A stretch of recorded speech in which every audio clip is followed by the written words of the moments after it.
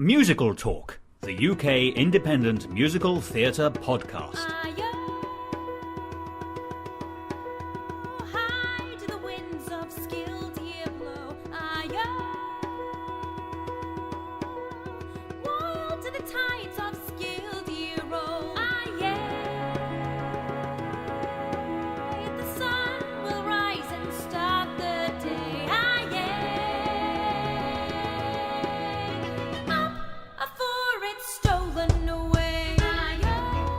Hello, Musical Talk listeners. This is Mike Shapiro reaching out to you from sunny Los Angeles.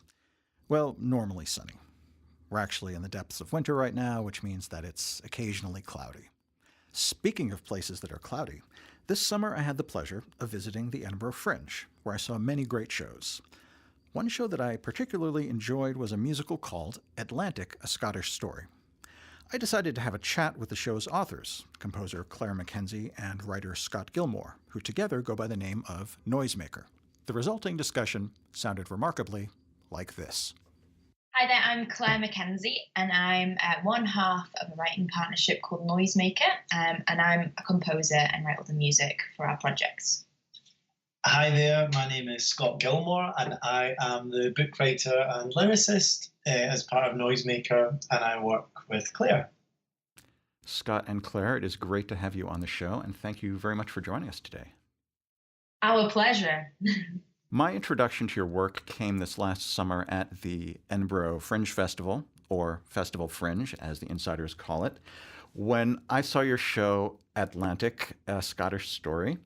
And I was wondering, for the benefit of our listeners who may not have had the pleasure of seeing and hearing your work, could you give us a broad overview of the story and its plot? Absolutely. I'm getting fingers pointed at me by Claire, so I'll answer this one. So we took on the project of Atlantic actually initially as a co-production between the Royal Conservatoire of Scotland in Glasgow, where Claire and I both studied, and also with Northwestern University in Chicago. First of all, really as an experiment to see how writers from either side of the pond would come together to try and create two pieces that would live in parallel to each other, are focused on the same themes. Atlantic for us kind of grew from there, and we decided to tell the story of an island community in Scotland, kind of set in the 1800s, the story of a young girl and a young boy who have dreams of crossing the sea, going to find kind of distant lands. The young boy goes. He is offered a passage on a boat to go to America, and he offers the girl to come with him.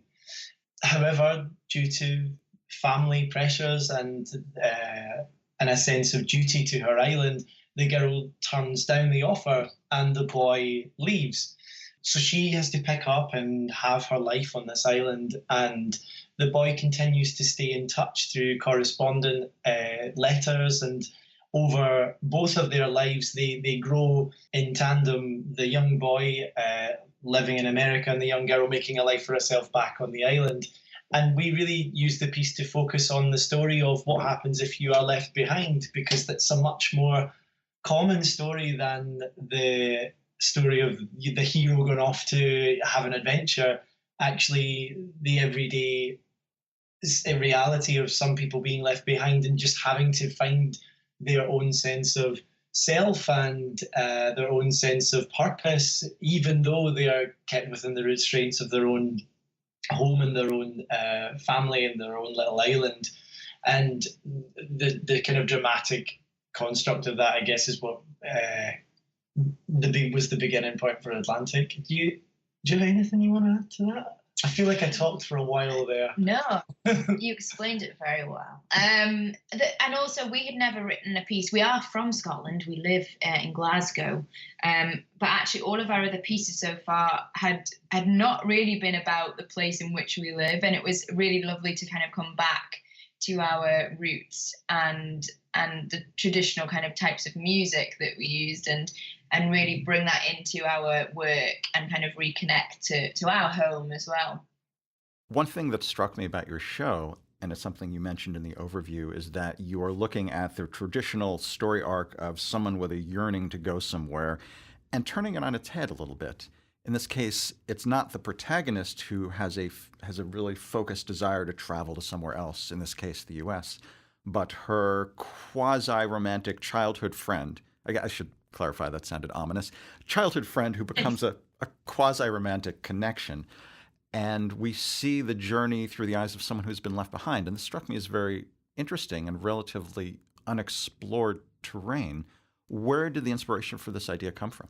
I think for us, when we started talking with the other writing team in Chicago who wrote another follow-up piece to ours, the themes that we were talking about initially were very, very broad themes of identity and place, and eventually we started talking about where we really belong and where we come from. What struck us as really interesting is working with an American team is that all of them were either second or third generation from other places. So there was a writer whose family are actually from Italy, and a writer who they spoke a lot about trying to find where they're actually from, not America, but where their roots are. Whereas for Claire and I, my family's been here for hundreds of years. We've not moved very much, and I think that story is one that's very common in Scotland. That actually we have an answer to the question where do we belong, but actually the thing that we look for in return is what does the rest of the world have to offer. And I think that kind of is what prompted us to start looking at this as a story.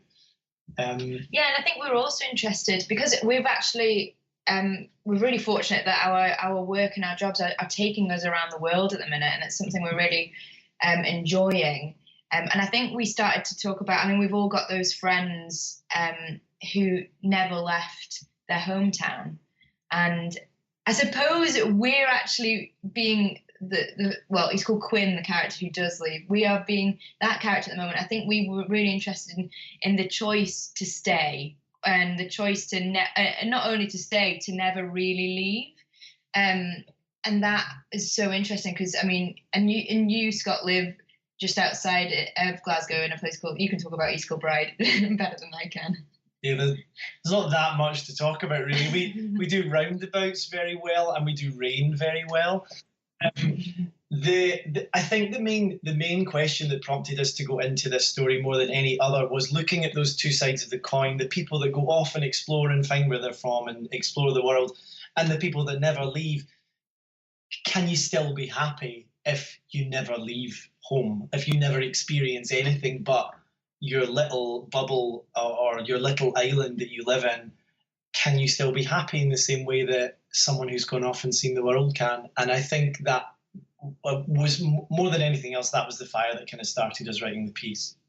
And that is a persistent theme throughout the show. And I would argue that theme is the real emotional core of the show and how we get connected to Evie, the character who stays behind.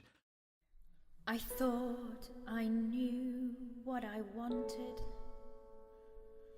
I thought I knew who I was, but you pushed me to decide.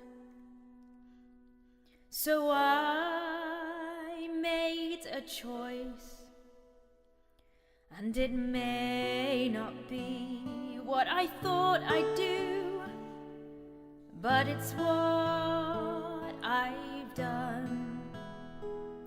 So I must be who I'm meant to be, who I've chosen to become.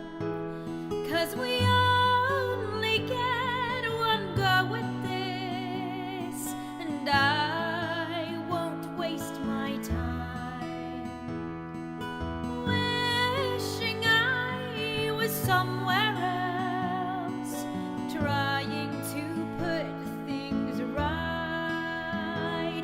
I've a home, I've a place, I've a bed to share, and a love to care for me. And it might not be who I thought I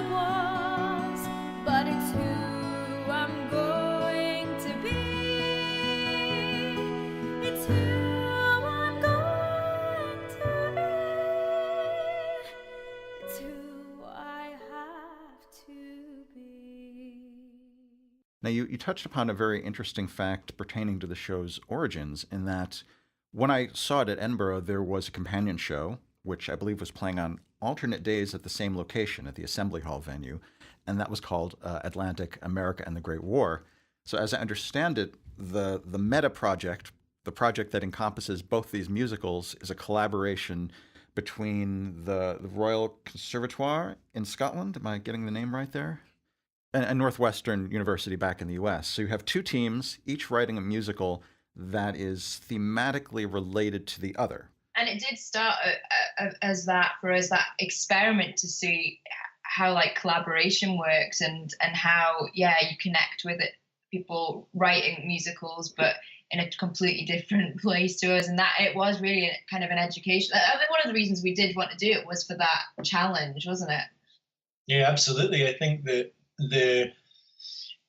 we'd never had an experience of working with an American writing team before, and I think for us the circuit of new musical theatre within Scotland, it's growing, but it's we're still catching up on America, believe it or not, in terms of the structure that's there for developing new work. So actually, to work with a university like Northwestern was really eye-opening, actually, in how they came about very, very quickly, how they would go about the writing process. They're so fast, they're like ninjas, and we take a little longer to get there, but actually we sat with the story a lot longer. And I think, that even that difference in pace was something that ended up being reflected in both pieces, I think. And I think also we found out just little things in the training of musical theatre performers is obviously just a little bit different because the traditions are different.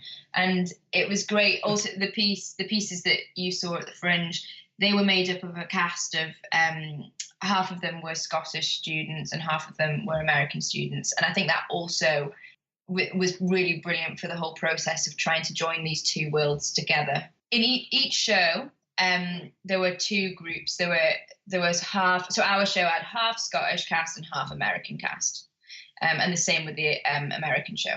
And the poor Americans had to do Scottish accents, and it was all pretend. I don't think they'll ever forgive us for that. To what extent were you in touch with the American writing team while you were developing your show? We had quite a close relationship for probably the first 2 or 3 months of so many conference calls. We became experts on Skype and Google Hangout, developing really it was more a thematic discussion that we were having to begin with, not in terms of story. I think once we reached what we wanted each piece to discuss and explore, that's kind of when we separated and kind of went off and worked on our own thing. The structure of developing both shows, we began talking in October of 2016. We had discussions back and forward, and then by January 2017, the Americans came over to Glasgow to do a development week for the first time with all of us in the room with some of the Scottish students.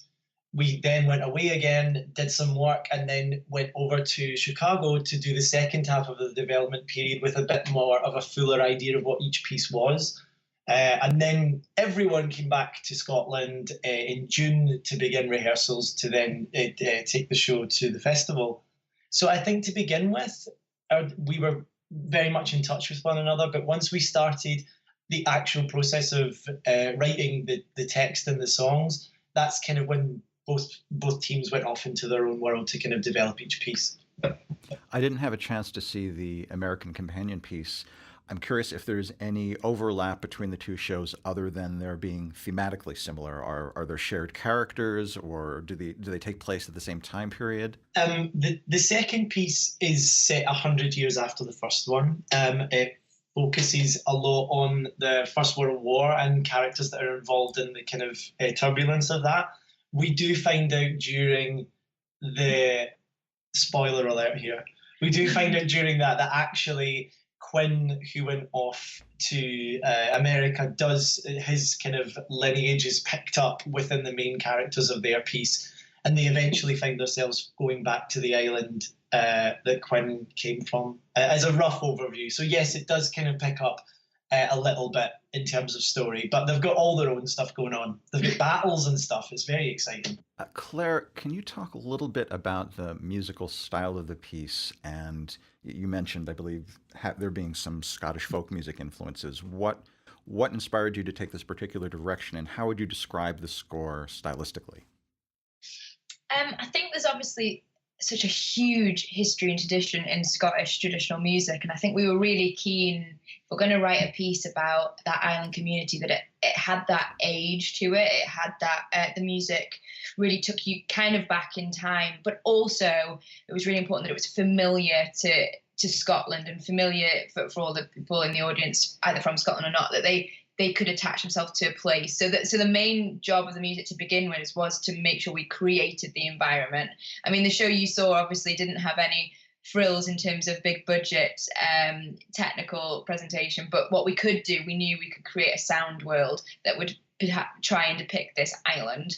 So we went and we looked at some traditional, there's about 3 or 4 traditional folk songs in this show. I've kind of arranged them and done my own little thing with them. And I think I just treated them, I wanted to turn it into a kind of a filmic score throughout. There's elements of musical theatre traditions in terms of a character having their moment to sing, which is slightly different to that. But I do think that as a whole, I wanted to weave the whole score together to create a world. I felt like was my main job, and actually using traditional folk songs in this case was a really good way to help create that environment, I think. Are there any references to specific Scottish folk songs, or is it a synthesis of those traditions in your own style? There are some actual Scottish folk songs. So one of the ones we use a lot in the piece is a beautiful melody called A Fond Kiss, which is a Burns song, a Robert Burns song. And I arranged the harmony and everything. There's quite a dramatic moment, which I won't spoil, just in case it ever happens again, the show. And we use that song in a different way. So the melody is not original. It's a traditional song that's sung. There's many versions of it, and it's beautiful.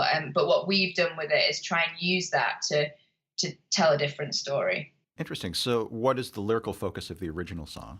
The original song it was a love poem. Scotland's national poet, Robert Burns, he loved a lot of women, and A Fond Kiss was one of his true kind of most famous poems about heartbreak and having to leave someone, even though you still love them. And so that I think is sort of steeped it in time as one of those things of regardless of the relationship or the situation, whether that's a relationship to a person, to a place, or really whatever you attach that song to, it still holds meaning, which it made it a really accessible song for this piece, particularly in terms of, like Claire was saying, in terms of age. He writes in Old Scots, so some of the language feels older and dated in that way, but the heart of it is still really resonant even now. I should probably say that there's a fair chunk of the score that's in Gaelic as well, which is Old Scots and Irish kind of language. And we felt using that, even though a lot of people in our audience probably wouldn't be able to translate that, but we felt using the sounds of that would take us back to that kind of time and that folklore.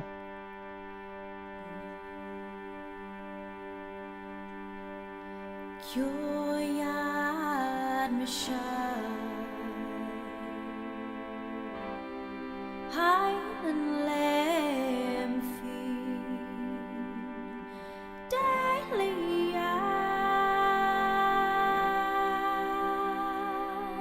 Mara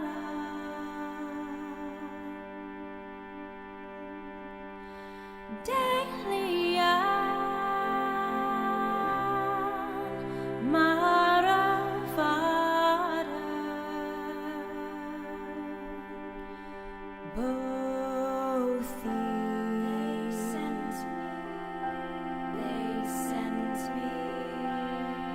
sent me, Kyoya to an island, Highland lamb free. They sent me to an island.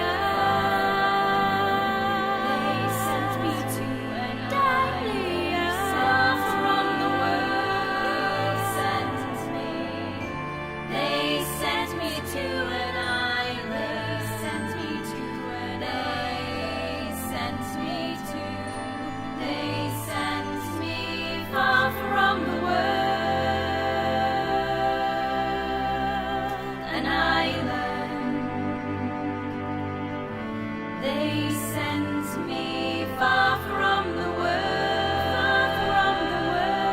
Far from the world. So I must be an island. What I appreciated that you were able to do was incorporate some Gaelic to give atmosphere, as you said, without alienating the audience, without making it feel like it's an inside or joke or a story to which we can't really access because of a language barrier. So in the opening song, I believe it opens in Gaelic, and that gives us a sense of time and place and mood. And you switch over to English in short order, so you're including the audience almost immediately. Yeah, I don't think we used the Gaelic in that much detail. It was very much for the sound and the feel and you don't need to be able to translate it to understand, I think, what the feeling of that moment was, which was important for us. I think another thing that came out of the process, actually, again, working with the American team to begin with, was our relationship to music is just very different because we've grown up with completely different senses of traditional song and music. And I think for Claire and I, a question we always, discuss while we're writing is, well, why do we sing? Like, why can people sing? Because if we jump back before musicals came along, it certainly wasn't to communicate clearly. It was to get sounds out that kind of defied language and defied words. And I think coming back, we've never really gone back to that idea in such a clear way as we have with Atlantic, because we are connecting to a language that's now very ancient and isn't accessible from a language point of view to begin with, but certainly in terms of feeling and heart and that visceral connection to place and to sound. I think that was something we really enjoyed exploring. Claire, in your dream production of this show, what would the orchestration be like?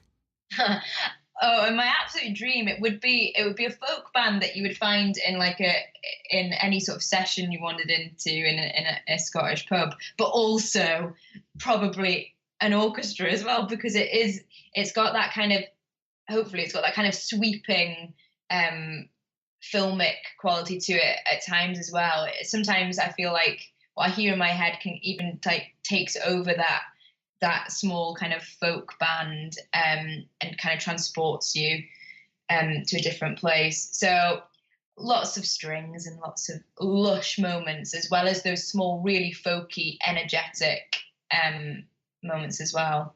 There was some suggestion of that kind of sound on the demos that you sent me. Did you do the arrangements and orchestrations on those demo recordings? Yeah, I usually do all my own demos because I use that. I made them before we rehearsed the show, and that helps me really more than anyone else to kind of feel what the sound world could be. So I sometimes make them bigger than is achievable in the actual show, but it's more because I'm trying to find out the potential of each piece and what it could be, and then sometimes you have to figure out then from there how to pare it down into an achievable and simpler but still effective way for a fringe show.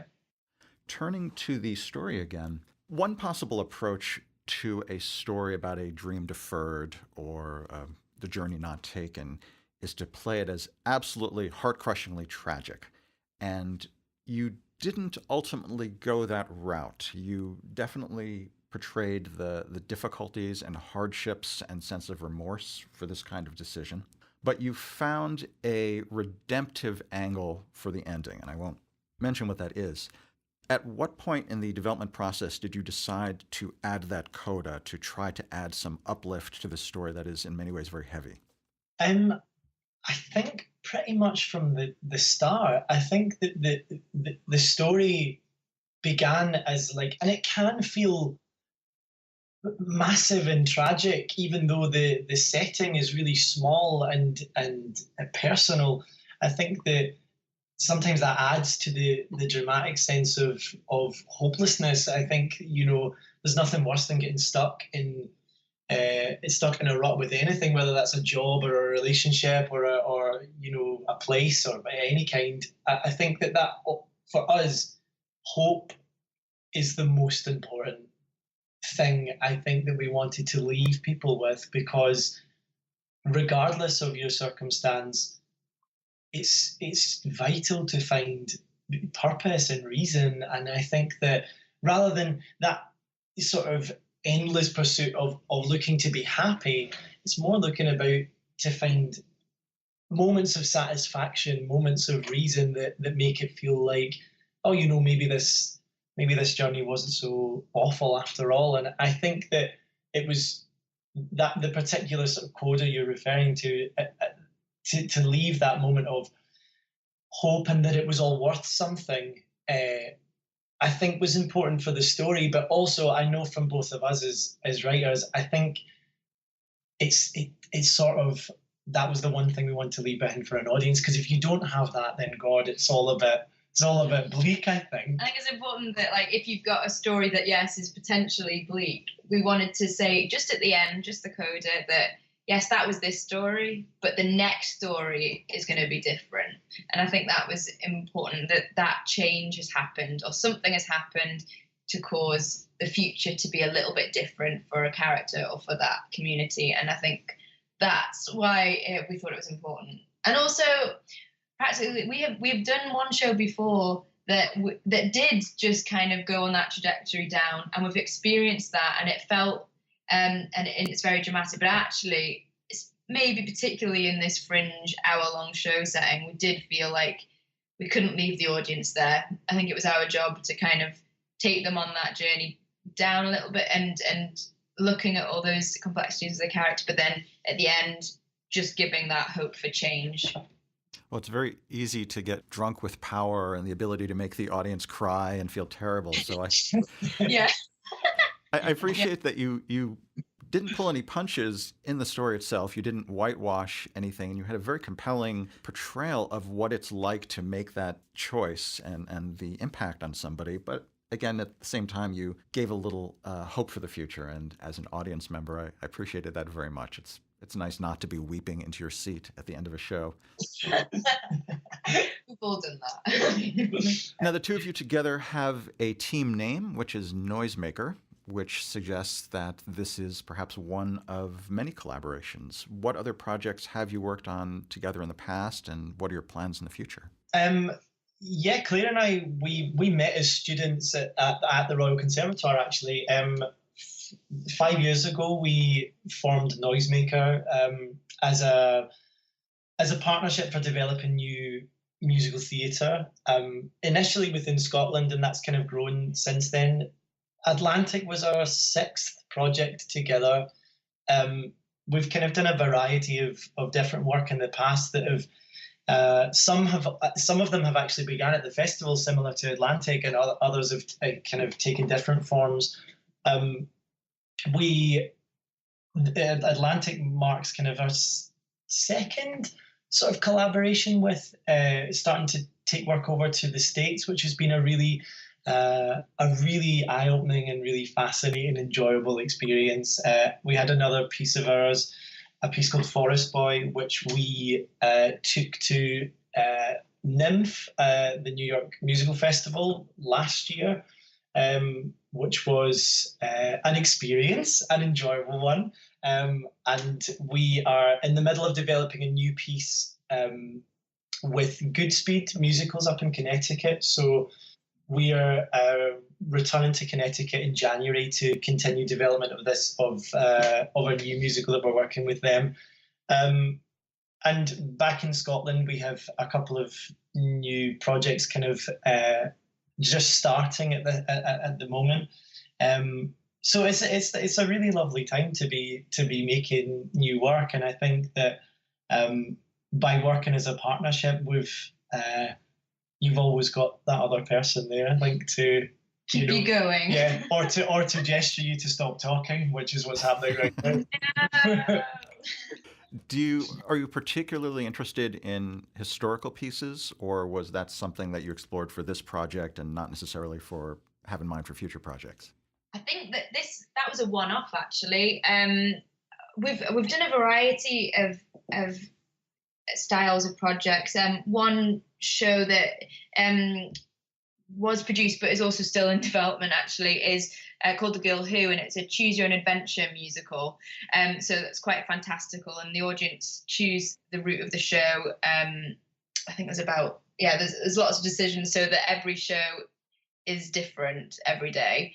So that was interesting. But we have done another show of ours. It's called Forest Boy, that was based on a true story that was reported about. So I think our inspiration comes from lots of different places, and we do enjoy writing quite fantastical things, which is why actually we were drawn to the Atlantic, because it was forcing us to do the opposite this time, and that's been really really good for us. I definitely know that, like, just on that last point of Claire's, I think we love finding fantasy in real situations. I think rather than it being, full on like Lord of the Rings, wizards and dragons, it's like, I think it's finding moments of that really do happen within our everyday lives, and giving them a little platform to exist in a world of their own that I think that we enjoy most. For the Choose Your Own Adventure musical, The Girl Who, did you have to write many more songs than you would typically in a musical, just because there are different branches that you need to cover and different contingencies? Yes, it was a good idea at the time, and then we had to write about 40 songs or something, which we have done. So there's lots of different branches, obviously, of the story, and depending on where you go, you meet different characters and they sing different songs. So there was a lot of material to write, but it was fun. We just realized we'd signed up for more than we expected, We definitely, like, when we started writing the piece, like Claire said, it was definitely a good idea at the time, but then right in the version that the Girl Who is now, there's 128 versions of the show, and they all come with their own sort of they all come with their own songs or their own characters or whatever. And the funniest moment of developing the show was actually the band call, because there are different scores. So if a character, so for example, the story is very simple. It's of a little girl who's lost her parents, and she has to go off on a big journey to find them. And she encounters moments of choice throughout the story. One of the first choices is whether she tells the truth or tells a lie. And that's decided by, as a member of the audience, that come up on stage and they become truth, another becomes lie, and they have an arm wrestle, and whoever's stronger, that's the way the show goes. So it's all kind of down to chance. And the band had to jump from one score to the other. So it's quite a funny moment of watching a lot of, like, very well practiced musicians who take themselves very seriously panicking to find what score that they would have to play for the next section. The score was like a choose your own adventure book in itself. So they really had to pay attention. They couldn't just passively listen for a known set of cues. They really had to track where the story was going on this branching tree of possibilities. That's what I quite like about this as well, is because not only the musicians, but the actors, the technical team, everyone is on. It has to keep concentrating, and it doesn't ever fall into that monotony of, the 100th performance of the same show. And I really like that adrenaline and the fact that an actor doesn't know if they're going to go on that day. And I mean, I don't know if I could cope with it, but they seem to love it. And I think it does add to that kind of energy and anarchy of that particular show. Are there branches that you found that audiences typically tend to favor? And are there songs which perhaps are more commonly heard than others? Yes, sometimes. You'd be surprised that, so like as the show progresses, the choices become harder and slightly more, there's more stakes involved. So when we get later on in the piece, there is a moment whether Anna, the main character, has to choose whether to save someone or to let them be killed in this particular environment that they're in.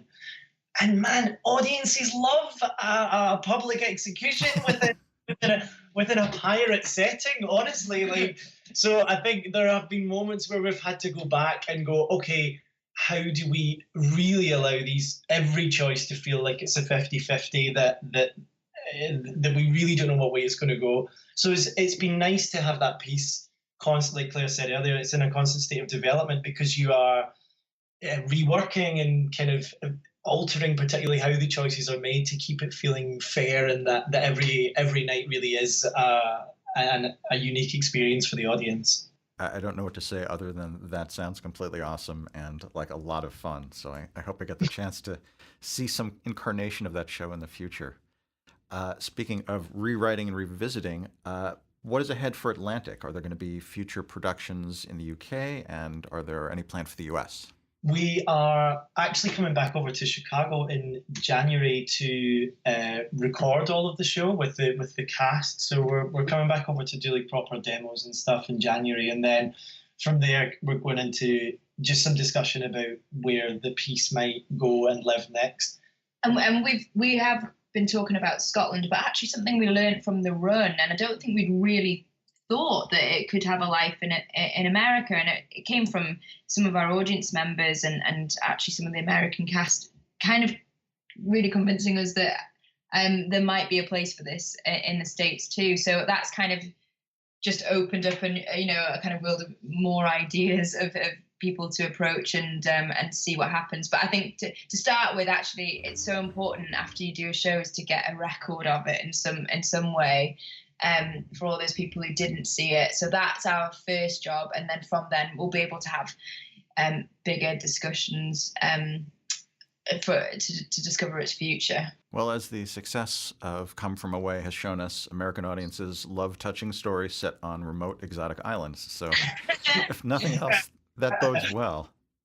And you all like Scotland, don't you? I mean, everyone loves a trip to Scotland. Oh, we do. I visited Edinburgh, I think, something like 10 years ago, and I vowed I would have some excuse to return because it was such a beautiful city. And then I got it in my head to start visiting the Fringe, and that provided me the perfect excuse to make that journey. One of the first times Claire and I came to New York, we met this really wonderful elderly lady who lived in Manhattan, and I said to her, my God, you have such a beautiful city. It's incredible. I've never been anywhere like it. And she said, what, this old thing? You're from Scotland. You have castles in your cities. I was like, well, I can take that home as a souvenir, actually. But that's good. I'm very amused by the idea of castles as a traffic obstruction or something that you have to get around. It's just this obstacle to life. Scott, I found a very interesting quote from you. I believe it was in an article published by the RCS on a website, and I actually wanted to ask you a little bit about that quote because I thought it was very interesting. And I assume this was in the context of an interview, but you said, creative artists are subject to one great advantage over entrepreneurs from other fields of business. Their line of work is a risk from the beginning. And I'm skipping a little bit, but then you say, despite a lack of job security, stability, and obvious trajectory, many artists relish the uncertainty of their field and harness it to become unique and innovative individuals, which I thought was a very interesting and positive spin on something that many artists find terrifying. So speaking personally, I'm curious, do you find the uncertainty of musical theater as a profession or writing as a profession to be more motivating than it is terrifying? Do you find it more positive than negative? Oh yeah, I mean the terror is real. It's there, but actually, I think absolutely that sounds a lot more eloquent than I've ever spoken. That quote, so that's probably someone's made that sound smarter than I actually sound. I think that it's really important that I think we sometimes forget. I know I'm certainly guilty of it. That there was a time when, theatre and stories and all of that stuff was absolutely a hobby, and it was absolutely something that I did in my free time and I really enjoyed. And suddenly by making the plunge into it becoming your career, the stakes rise so much that I think sometimes the willingness to take risks, to play and to sort of step into the unknown, just like you did right at the very start when you auditioned for drama school or went to that particular class or whatever. I think we sometimes lose it. And I do think that willingness to take risks and to not be kind of burdened by all of the worries of what's going to come next is actually what makes, being an artist of any kind the most exciting and the most lucrative of fields, I think, because you can draw on that, and that's what gives you your energy, that's what gives you your ideas. And I definitely take a lot of positivity from it. I think it's what keeps you going, and even not knowing what comes next is exactly a reason to keep going, right? To go and make something come next, I suppose. Claire, do you have a similar perspective? Yes, I do. And I've got to say, a lot of that is thanks to Scott, because I was one of those people where it was probably where I used to be slightly more scared than excited. And actually, I found this partnership has made me go for things I never thought I would have done on my own. And we found ourselves in places and countries that I could never have dreamed of, about 5 years ago when I was just writing on my own. So I think that kind of positivity that Scott has really helped push me to experience a lot more than I think I would have. It's interesting how this subject ties into the theme of Atlantic, but takes a more positive perspective on the same question, the issue of to what extent should we be adventurous and to what extent should we be cautious and fear the uncertainties of life ahead. If our listeners are interested in learning more about Atlantic or following you online as a team, where can we send them? What websites? What's your Twitter feed? What are your social media outlets? We do have a website. It is www.noisemaker.org.uk. So that might be the first place to go. We do have a Twitter that Scott is in charge of, the Twitter. We try and split the social media jobs. And so we've got a Twitter, and the handle is @WeAreNoisemaker. I'm getting this right. We have a Facebook page, which is the same handle. We also have a SoundCloud. Which is the same handle. It's always We Are Noisemaker on the whole. So hopefully there's enough places to find us out there. If you listen to some of our Fringe coverage shows earlier this year, I did not hide the fact that your show was my favorite of everything I saw the Fringe that year. It was a really very moving experience. So it was a pleasure to be able to talk with the creators behind this and learn more about your process and what's ahead for you. Well, thank you so much. Yeah.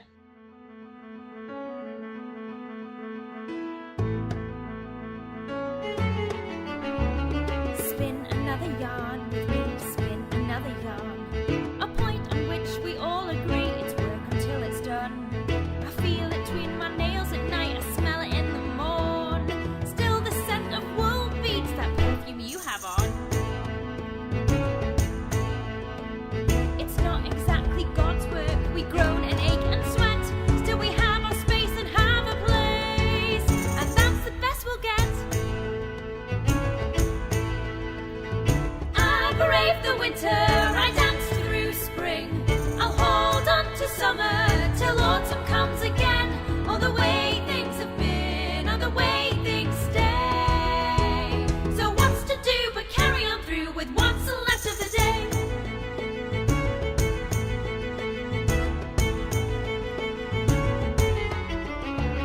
Spin another yarn with me, spin another yarn. This is the path I chose for me, so I'll walk it till it's done. I'll keep my thoughts from wandering, I'll sew them into scenes. Concentrate on proper things and not on silly dreams. I've made a start, so I can live a life I chose to lead. I'm doing what I ought to be, and that is all I need. I brave the winter, I dance through spring. I'll hold on to summer till autumn comes again. All the way things have been, all the way things stay.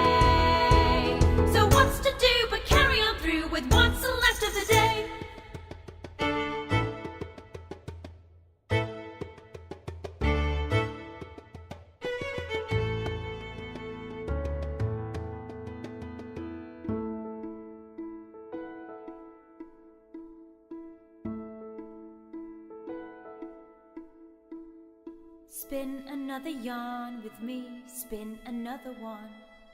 I don't yet have a tale to tell, but I might do when I'm done.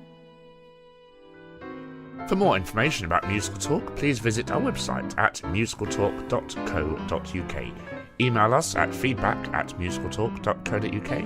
Listen to past episodes on iTunes and on YouTube, and follow us on our social media channels on Facebook, Twitter, and Instagram.